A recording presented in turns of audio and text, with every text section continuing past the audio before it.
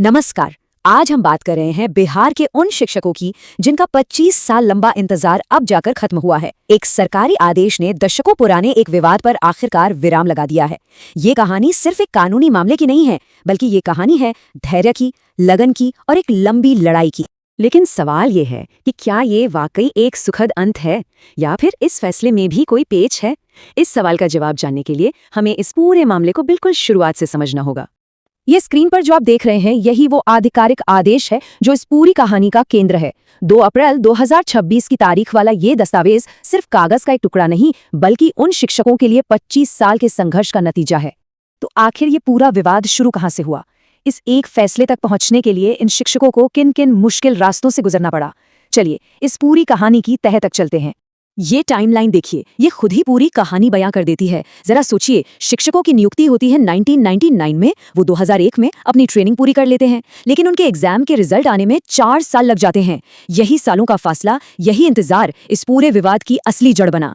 तो असली झगड़ा किस बात का था? मुद्दा बहुत सीधा था। शिक्षकों का कहना था कि भाई, जब हमने 2001 में ही ट्रेनिंग पूरी करके स्कूल दोबारा ज्वाइन कर लिया था, तो हमारी सीनियरिटी और वेतन के फायदे भी उसी तारीख से गिने जाने चाहिए, ना कि 2005 से, जब सालों बाद नतीजे आए। अब जब सरकारी दफ्तरों में कोई सुनवाई नहीं हुई, तो इन शिक्षकों ने न्याय के लिए अदालत का दरवाजा खटखटाया, और यहीं से शुरू हुई एक बहुत लंबी और थका देने वाली कानूनी लड़ाई। ये जो आप देख रहे हैं, ये सिर्फ कुछ केस नंबर नहीं है। ये स्लाइड उन अनगिनत घंटों, उन उम्मीदों और निराशाओं को दिखाती है जिनसे ये शिक्षक सालों तक गुजरे, एक के बाद एक केस, सिर्फ एक ही सवाल के जवाब के लिए।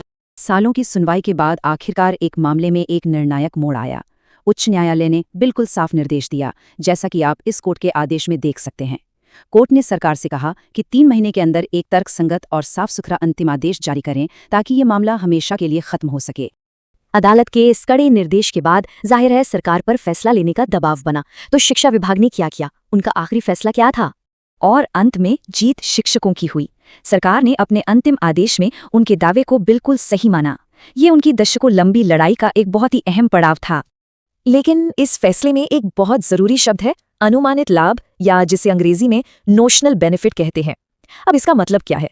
सीधा सा मतलब ये है कि शिक्षकों की सीनियरिटी तो पिछली तारीख से ही गिनी जाएगी, जिससे उनकी सैलरी तय होगी, लेकिन उन्हें बीते हुए सालों का कोई एरियर या एकमुश्त बकाया पैसा नहीं मिलेगा। तो इस अंतिम फैसले को हम 2 हिस्सों में समझ सकते हैं। पहला, शिक्षकों की सबसे बड़ी मांग मान ली गई और उनकी सीनियरिटी 2001 से ही गिनी जाएगी। और दूसरा, वेतन का जो असल फायदा है वो उन्हें 1 अक्टूबर 2003 की तारीख से मिलेगा। अब सवाल ये उठता है कि इस ऐतिहासिक फैसले का लाभ असल में मिलेगा किसे? ये आदेश किन लोगों के जीवन पर सीधा असर डालेगा? ये देखिए, ये सिर्फ एक लिस्ट नहीं है। ये उन शिक्षकों के नाम हैं जिन्होंने इस लंबी लड़ाई को लड़ा और आखिर तक उम्मीद नहीं छोड़ी। ये नाम इस पूरी कहानी को एक मानवीय चेहरा देते हैं। इस आदेश से सीधे तौर पर 21 याचिकाकर्ताओं को फायदा मिलेगा। हो सकता है ये संख्या सुनने में छोटी लगे, लेकिन ब्यूरोक्रेटिक डिलेस के खिलाफ मिली इस जीत का सांकेतिक महत्व बहुत बड़ा है। और ये हमें एक बहुत बड़े सवाल पर लाकर छोड़ देता है। क्या ये फैसला सिर्फ इन 21 शिक्षकों की जीत है, या फिर ये बिहार की पूरी शिक्षा व्यवस्था में फंसे ऐसे हजारों मामलों के लिए एक मिसाल बनेगा? इसका जवाब तो खैर वक्त ही देगा, लेकिन हाँ, ये एक उम्मीद। चैनल को सब्सक्राइब करें और बेल आइकन को दबाएं।